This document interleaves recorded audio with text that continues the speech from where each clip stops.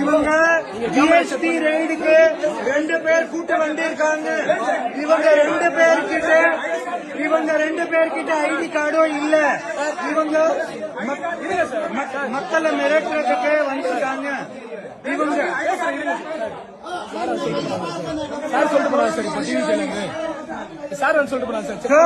Sir நீங்க இப்போ raid அடிக்க வந்திருக்கீங்க. உங்ககிட்ட ஐடி கார்டு இல்ல, ஜிஎஸ்டில நீங்க ஏதோ ஆபீசர் கிடையாது.